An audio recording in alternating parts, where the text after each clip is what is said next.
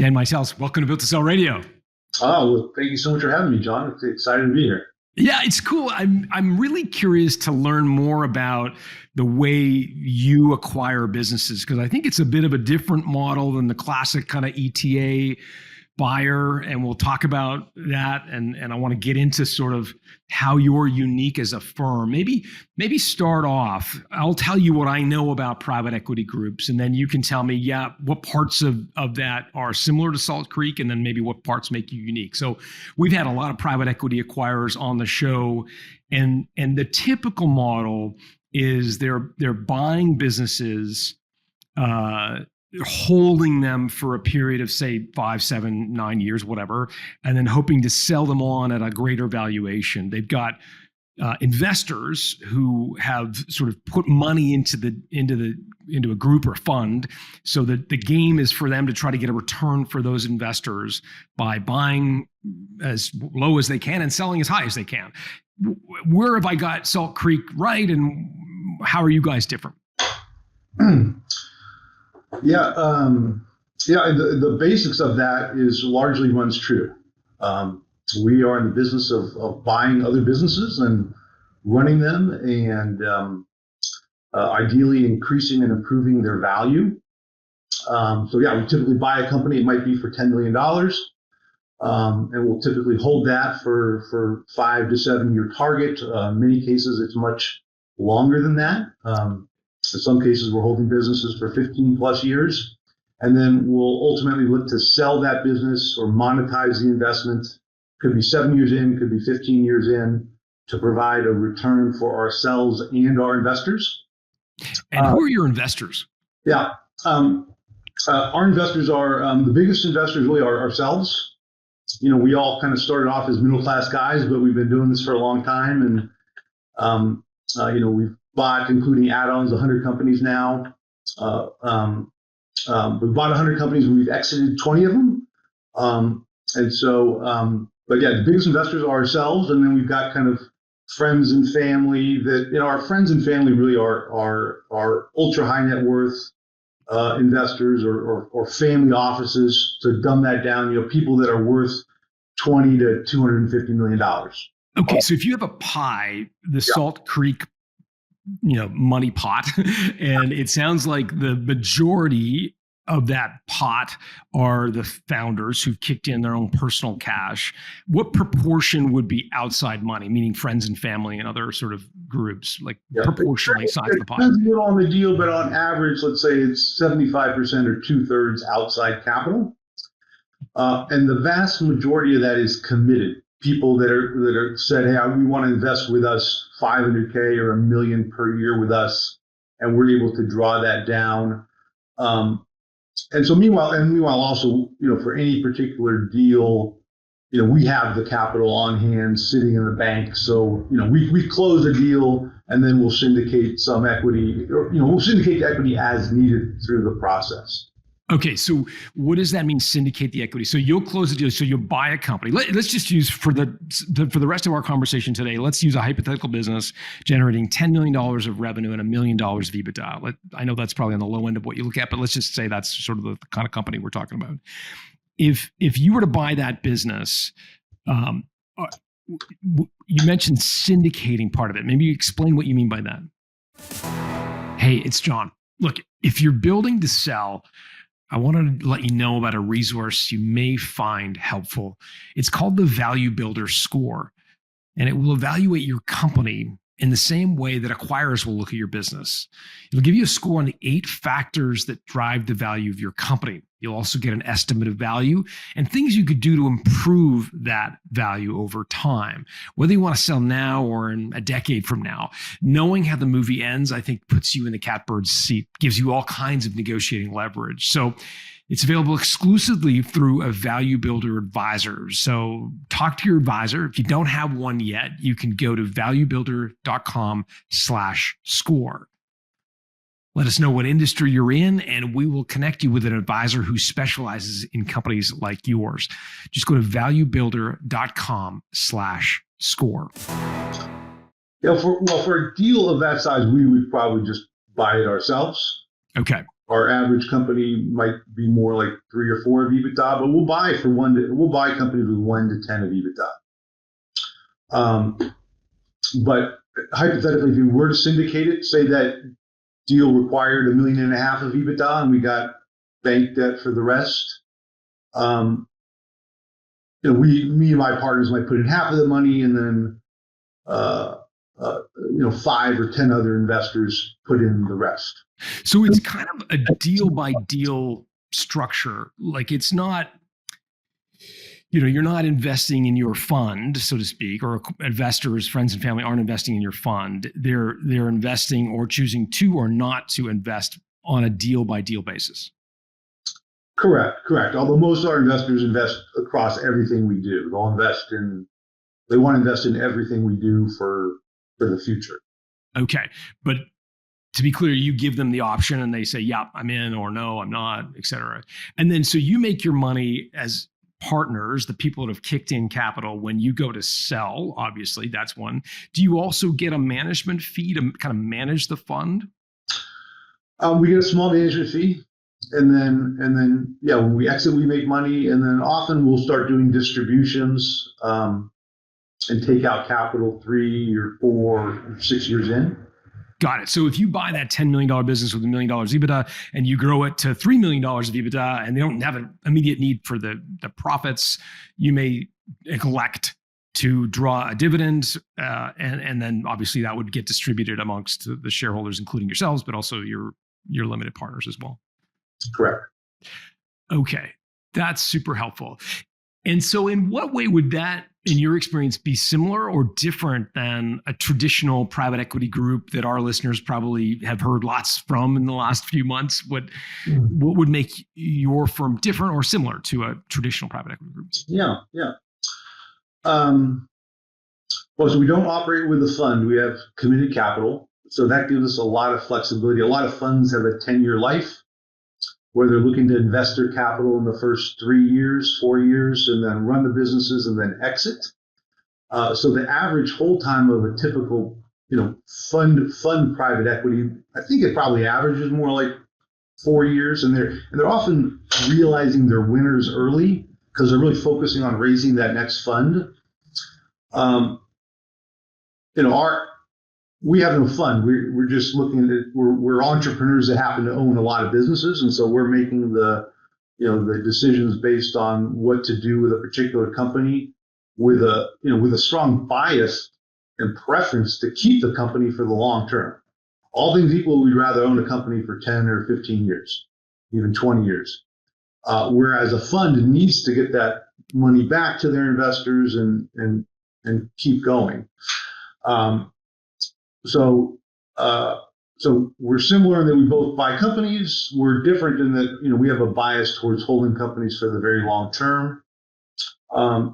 Another big differentiator for us is that, and it relates to the long hold time and kind of what we do and what we're good at, is that for most of our deals, 80% of our deals, our sellers sell the business, and hand us the keys. We buy the business, give them a cashier's check or slide a big briefcase of cash to them, and they're able to walk away from the business within, say, a month or 2. Most private equity firms meet an entrepreneur or a seller and want to figure out a way to keep that seller engaged in running that business.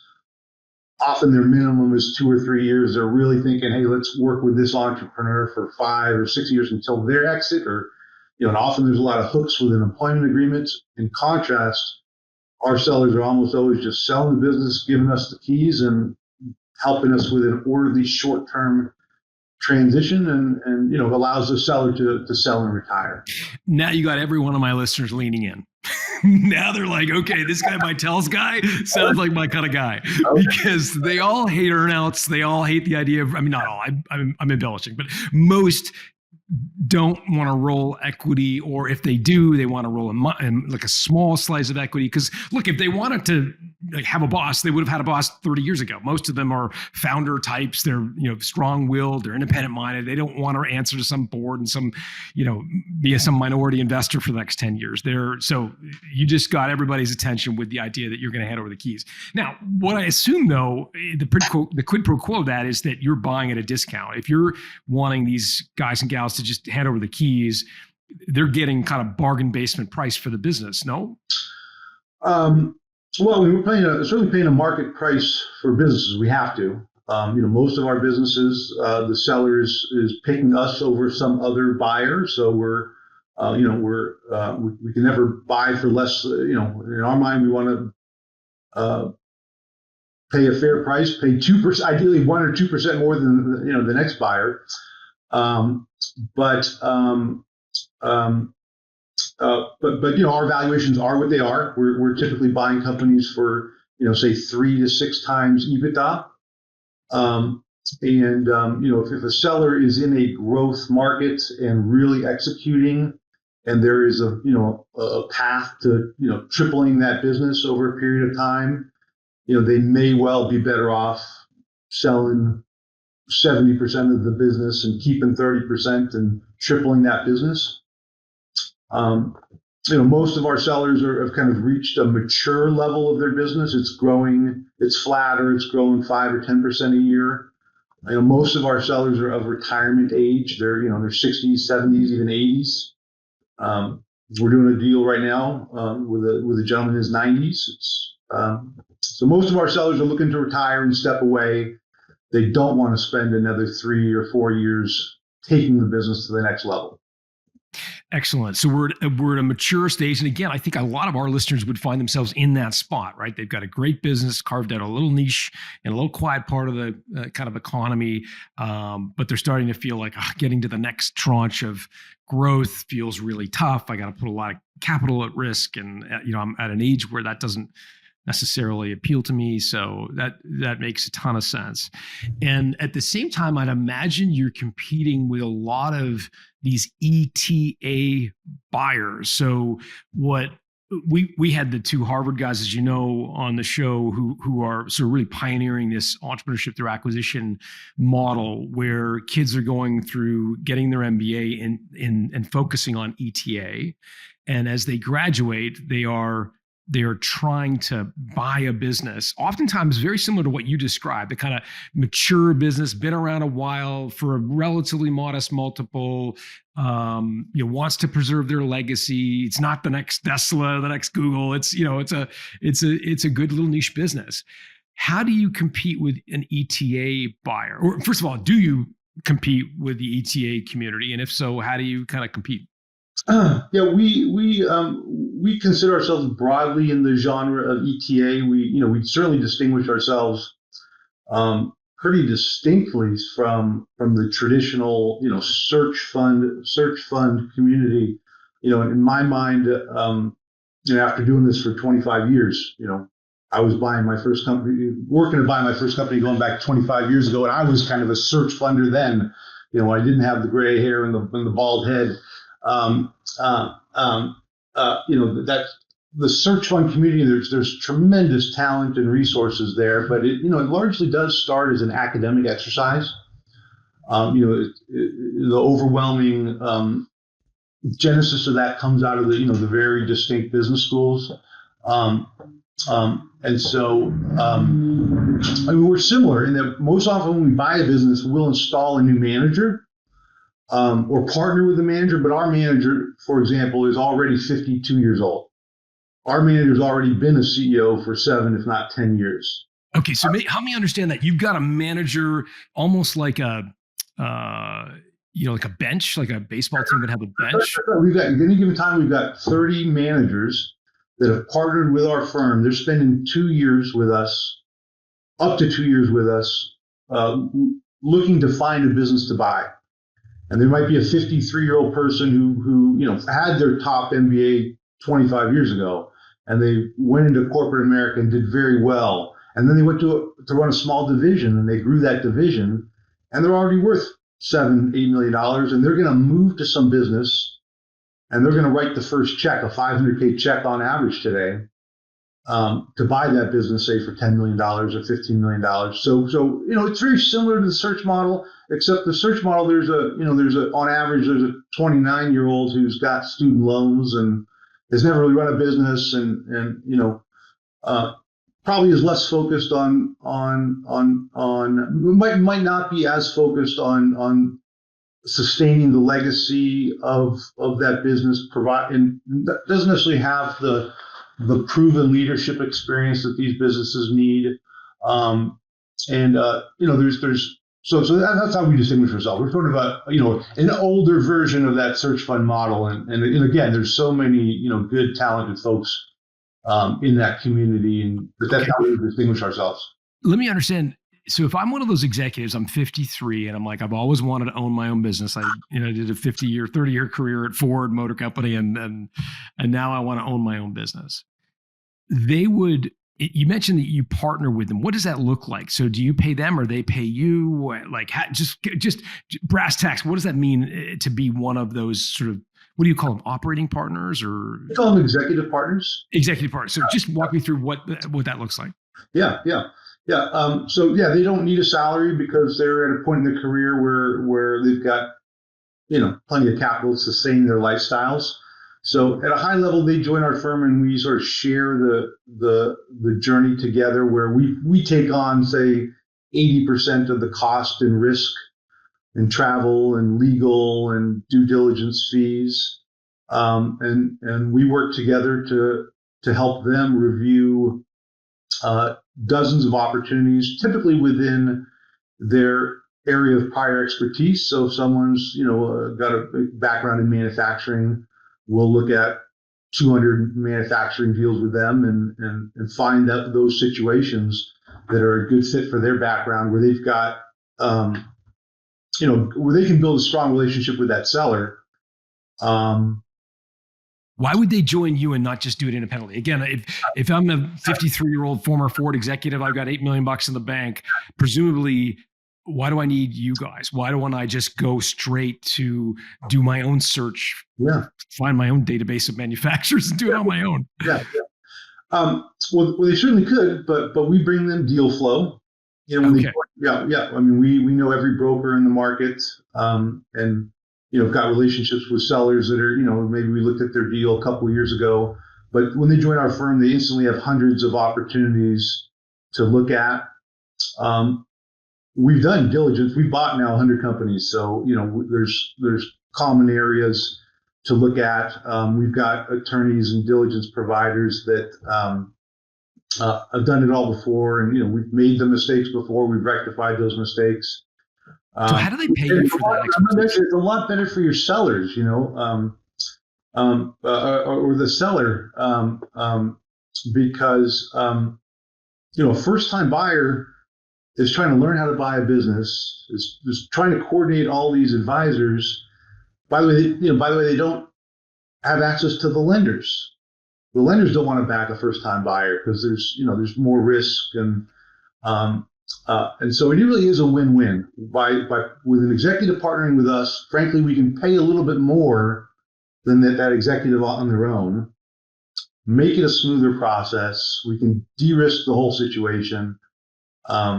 We add more value to the executive into that company. So it's kind of a win-win-win. Seller gets 5% more, executive gets the same thing that you get otherwise, de-risks their process. So it's sort of a win-win-win for everybody. Okay, so break it down for me. So let's say we've got Jane Doe, who is a former Ford executive, and she wants to buy a business. Okay, yeah. She's part of you. She's an executive partner on your team, and we find a deal she's going to pay 5 times earnings for $1 million company, like a company with $1 million of EBITDA. So she's got to come up with $5 million.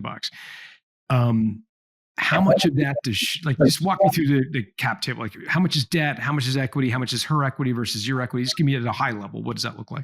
Can we do $2 million of EBITDA and $10 million? Because that sure. Let's do it. Yeah. $2 million EBITDA, $10 million sale price. $10 million purchase price.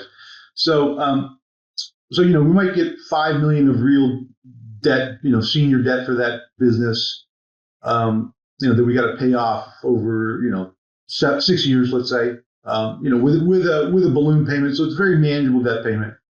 Okay. There's going to be likely a little bit of seller debt. We like to mostly pay cash. So seller debt would be maybe 10%? Yeah, maybe 10, 15%. Could be 5%, could be 20%. Okay. And there might be sort of like a mezzanine equity piece in there. Maybe not, but let's say the equity. Let's say we're the only equity partner, and it's 4 million of equity. Okay. That executive today, on average, is putting in like $500,000. So Jane, who's an experienced manager, been at Ford Motor Company, and maybe a small supplier to Ford. So sure, she's also been running a small. So she'll move to that business. She'll fly across. We get a lot of empty nesters that they want a new 10-year adventure in some new town, and they're business geeks, So they'll. And by the way, Jane probably used to W-2 like $700,000 a year, but she's going to take a big pay cut to run a business with 2 million of EBITDA. There's no budget for so she's going to make 275, 300. That's always a point, but let's say $300,000. But she's going to invest $500K, take a big pay cut, maybe get total equity of another $700K. So she's got $1.2 million of equity. But she moves to that business, and it's a very professional manager. The seller probably could never, if the seller wanted to hire that woman, he'd have to give her, $800K or some real sweet equity package. So it's but that's so she'll put in $500K of real hard equity, get a little bit more equity, and then we'll just put in the last $3.5 million. And again, that's sitting in the bank. We'll cut that check. We will syndicate it, but it's that's what we're just doing over, and we're doing 6 of those a year. So that's that exact situation. That's amazing. So that's just to be clear on a couple of questions, I want to make sure I got it. So the $3.5 million that you're kicking in, you and your partners may write that check personally, or you may go to a few of your family offices and partners and say, hey, do you want a piece of this? And they are buying a piece of the 3.5 million worth of it. Realistically, on that deal, there's going to be 20 investors at, whatever it is, 150K each. And my partners and I are going to be in for $1 million. She's in for $500K, we're in for $1 million. And then there's a bunch of little people. Got it. And those other people, do they have any influence over Jane, the person operating the business? They have no influence. No, they're kind of passive investors on the one hand, but on the other hand, they're very sophisticated, experienced, very high net worth, and they can occasionally add some real value to that business, whether it's a referral, a customer relationship. So it's a very beneficial, value-added investor base. Got it. Okay, so Jane kicks in $500,000 on a $10 million purchase price, but instead of owning 5%, she's probably got more like 10 or 12% because she's taking a bit of risk and she's putting some salary at risk over a period of time. So on the exit, equity is $4 million, so she's putting in $500K. And right, the rest is debt. She also gets another $700K, so she probably owns at least 20% of this thing. Right, because her is on the actual equity put in, not on the total deal price, because the debt isn't right. Okay, got it. So Jane's math is we're buying the business for 10, but there's 4 million of equity. Yeah.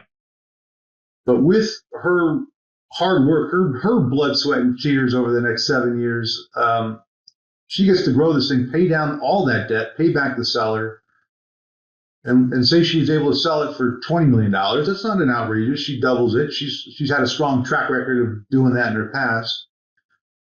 She'll believe in her heart of hearts, I can double this thing.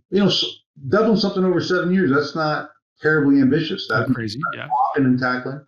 And she might own 22% of it. And so 22% of the 20 million exit, once you pay down that debt, that's $4.5 million. Got it. And then meanwhile, she's making a living wage. And meanwhile, she's doing what she's passionate about, which is leading teams and serving customers and serving industry.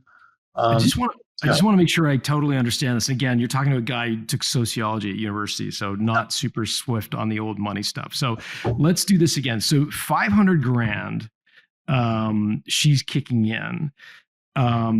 And the total equity that's going into this deal is 4 million, right? Because we got 500 grand, 5 million of debt from a bank, $1 million of debt from the seller. So that's 6 million. And then we've got 4 million of equity. So she's putting in 500 grand. So she's a little more than 10% of the equity. But what you're saying is that you as a partnership group would incentivize her with some additional equity, so it sweetens it for her. Is that right? That's right. And that's the same thing the search funders do, and same thing that normal private equity does. Got it. So yeah, it's all industry standard, stuff. Yeah. And so she might, in that deal we just described, she might end up with 20% of the equity. Got it. And then obviously if it all goes well, she's got a great success on the back end. Okay. I think I get it now. That's we've had some execs that have really built these things. We had a company last year that we bought for $8 million and it took us 12 years ish. And we sold it for 80 million. And so, 20 million of 80 million is a $16 million exit, so that math, scales up nicely. Yeah, no, for sure. I get it for sure. Yeah, that makes sense. The debt, in this case, the $5 million of debt, who guarantees that? More often than not, there's no guarantee. That's professional debt. Meaning the business itself is the guarantor. Yeah. There are sometimes we'll do, sometimes our execs will sign personal guarantees for debt or for leases. Really?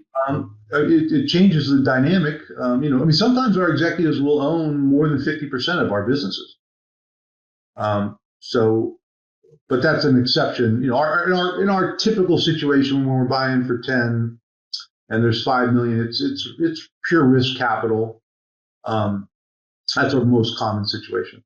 And what would a bank charge for that $5 million? What would their interest rate, like, I guess as a premium on prime? Yeah. Premium on prime. They're usually doing SOFR, but premium on prime would be 2%. So 9% money today, 9.5% money today.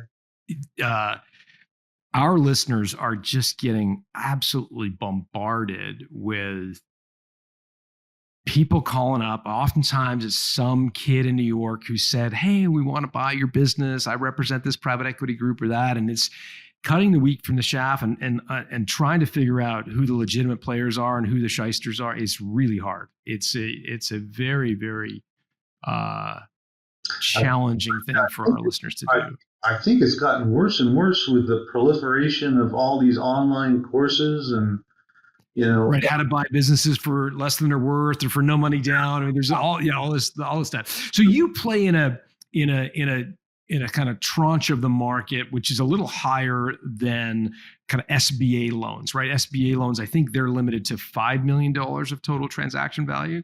So if you wanted to buy smaller businesses for $1 million or $2 million, oftentimes an SBA loan is probably the way to go. You're playing in the 10 and 20 and 30, $40 million businesses. So that's beyond the scope of an SBA loan. Yeah. To be clear, our average purchase price today, we'll buy business for little as $5 million. We'll buy business for $5 million to 40, 45, 50 million. That's our range. Yeah. Okay. Really what we focus on, and we're open for business. We'll buy companies that make sense, but 80% of what we do, 4 out of 5, what we do, and what really distinguishes us in the marketplace is hands-on owner-operators. So a business owner, like you said, they've got some, more often than not, they've got some niche business that they're turning the crank on.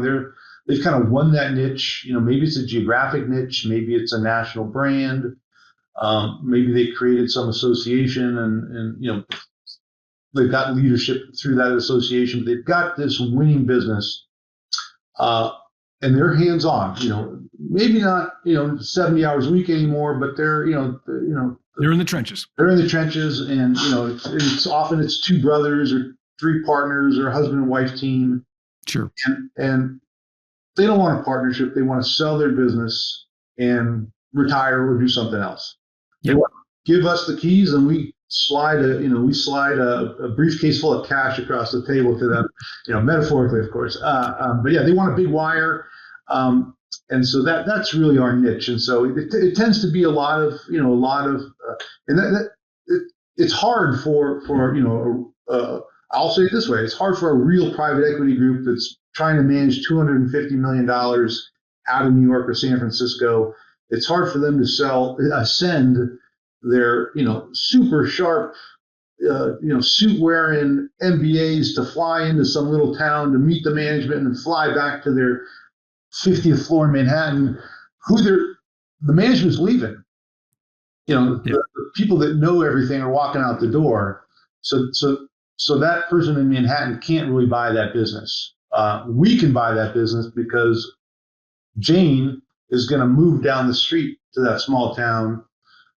We bought 100 of these. We've got support, whether it's CFO support, SEO support, and we can put in the new systems. That old company was run with $2 million of cash in the bank, and maybe only just tax returns, or at least maybe just compiled financials, because it doesn't matter that they were GAAP. Sure. So we're uniquely set up to kind of buy these more complicated, typically more complicated, a lot of manufacturing, a lot of industrial services, a lot of niche businesses, a lot of really smart businesses that someone, yeah. I want to talk about.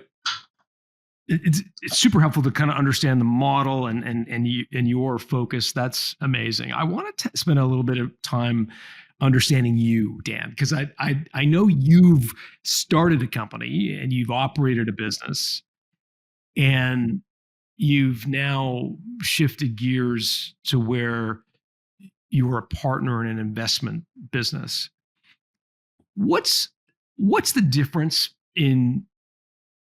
for our listeners are operators, right? So I think they would be curious to know how life is different for you now that you're an investor as opposed to a pure operator of a single business. Like, help them understand how that's different. Mm-hmm. Yeah. Yeah. I mean, at Salt Creek, I consider us a bunch of entrepreneurs that are buying smart businesses and keeping them going. And so I consider myself an entrepreneur, and that's half of my life and day job. The other half is being an investor.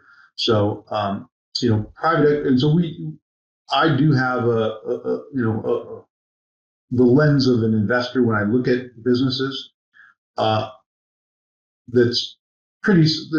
has a lot of overlap with professional private equity.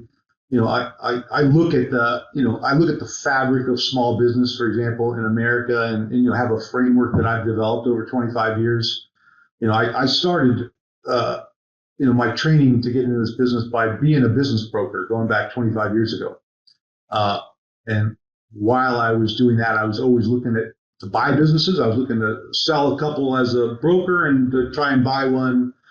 And I was with a big firm. So I both with my Salt Creek work and just fundamentally, I used to meet with so many business owners and let me see your financials and let's talk about your business, and I've developed kind of just in my own head, and a lot of investors have, I can walk through the warehouses of any town or the retail, and I can eyeball I know that company's making money. Wow, that company's making money.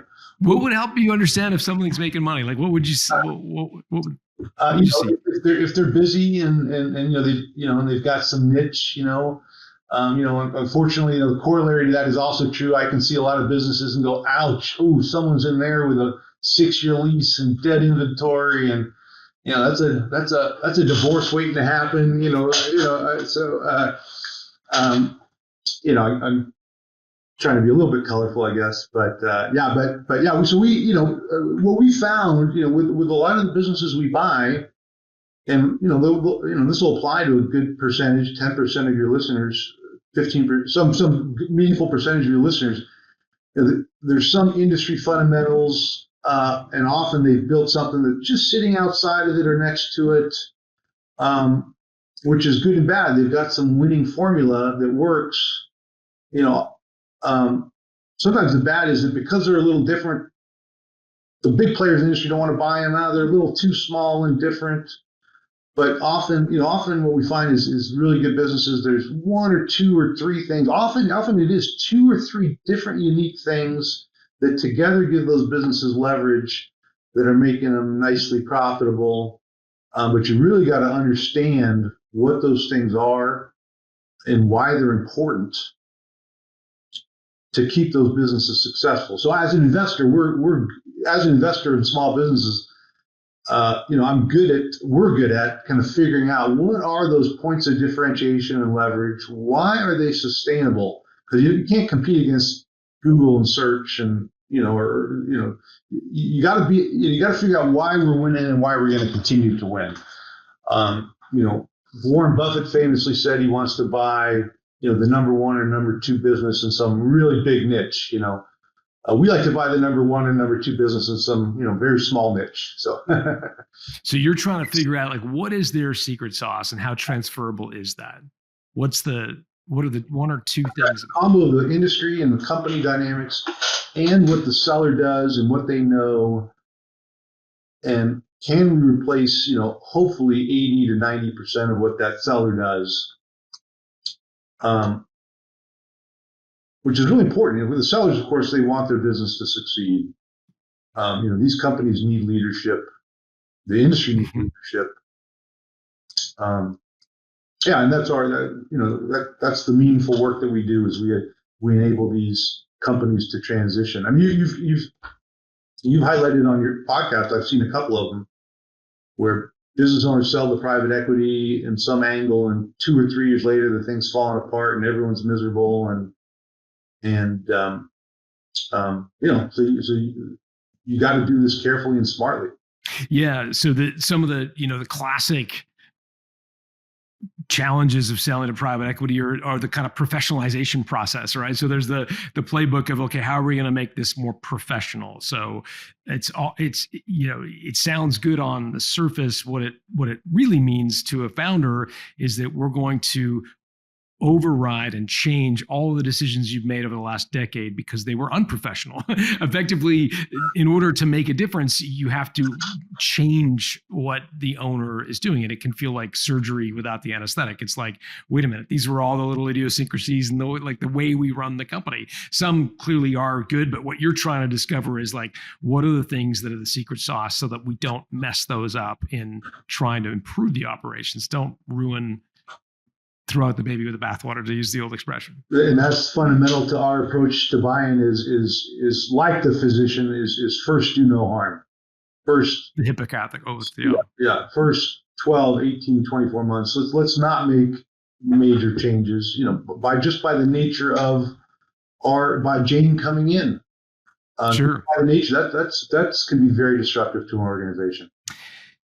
I was looking on your website in preparation for our call, and there's sort of 3 types of people at Salt Creek. And I think we've touched on a couple, but there's one that I'd love to learn more about. There's a group of investment professionals, of which you are one, I believe. So these would be people that are investing in companies, I'm assuming. Then there's a group of executive partners, and we've talked about them. These are the people that are your bench of former executives who can come in, write a check, and run the company. And then there's a group called operating partners. What's the difference between an operating partner and an executive partner? Our executive partners have signed up. So there's a lot of overlap, but our executive partners have fundamentally signed up to lead one acquisition and to move to a business and to be the new CEO of that business, to be the new boots on the ground. Got it. And our operating partners are typically specialists with a lot of expertise, often across some dimension, and they've signed up to get involved with, as little as 3 to 4 companies over a 5-year period, as many as 10 or 12 companies. So I'll call out, for example, one of our executive partners is, just a very experienced crackerjack best in class expert on SEO and web marketing, um, and can help us evaluate the strengths and weaknesses of a company in those areas, and then can also help to improve, optimize those areas post closing. And this individual has built and sold multiple companies in that area, um, and he doesn't want to be the CEO anymore. He's done that. He's semi-retired. As we speak, he's scuba diving, but he's a business geek and he wants to write a check in every deal, be an owner, and then get a very small board fees to honor his time. But he geeks out on building businesses, and we have, that's just one example of that individual, and he's pretty broadly. He might invest in and contribute to 2 new companies a year, and then some are more focused. Some of our operating partners are worth, confidentially, $20 to $50 million. They want to write $1 million check in a deal and get involved with installing the new ERP that the seller's been putting off for 7 years, and so So the operating partners are, so the executive partner wants to go run a business, be the boots on the ground in town, get it. And then the operating partner has a deep subject matter expertise in something, could be supply chain, could be SEO, whatever. And they are potentially investing in multiple businesses that need their service. And in addition to the capital, they will also bring their expertise, presumably, to bear and hopefully move the needle. Exactly. Yeah. Got it. And for that, are they getting in at a better valuation or better terms than Jane, or what? Like, what are their terms? Yeah. No, I mean, Jane gets the best deal, the best big package, because Jane's going to be working 50, 60, 70 hours a week, and the operating partner is going to contribute, 1 to 10 hours a week, depending on. But an operating partner on average might cut a $400K check and get another 100 to 150, 200K of stock. And Jane is trying to play for 3 to 10x, or even 3 to 20x. Same with the operating partner. We're trying to put the best team around to enable this business to succeed and thrive. And then, but in both cases, they get a little more equity than just the cash that you would get if you were like a silent investor and you just kind of wrote a check, because they're being paid effectively for their service, whether it's on operating a business or their deep subject matter expertise. I get it. Okay, so you've got really interesting operating partners, executive partners, and then investment professionals, which are the core founding team of people that are making these deals happen. Awesome. That is really, really fascinating and a unique model. I mean, I'm not into this world terribly well. So is your model fairly unique in the marketplace, or is this a fairly common? Yeah, we're fairly unique. We're mostly competing against small shops where it's one investment professional with one operating partner, that's doing that's doing one deal every 4 years. Mm-hmm. And then we're unfortunately, we're also competing against that kid in Manhattan who hasn't done a deal yet. It's hard for sellers and brokers to know the difference. Both of us have websites that say we buy companies.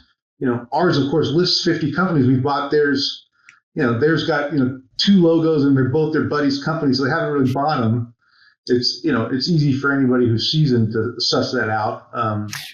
But okay, so let's do a little role play. Let's imagine you're advising a business owner, okay? Yeah. Business owner has a company generating revenue of $10 million, EBITDA of $1 million. And they're getting calls and from people, quote, who want to buy their business.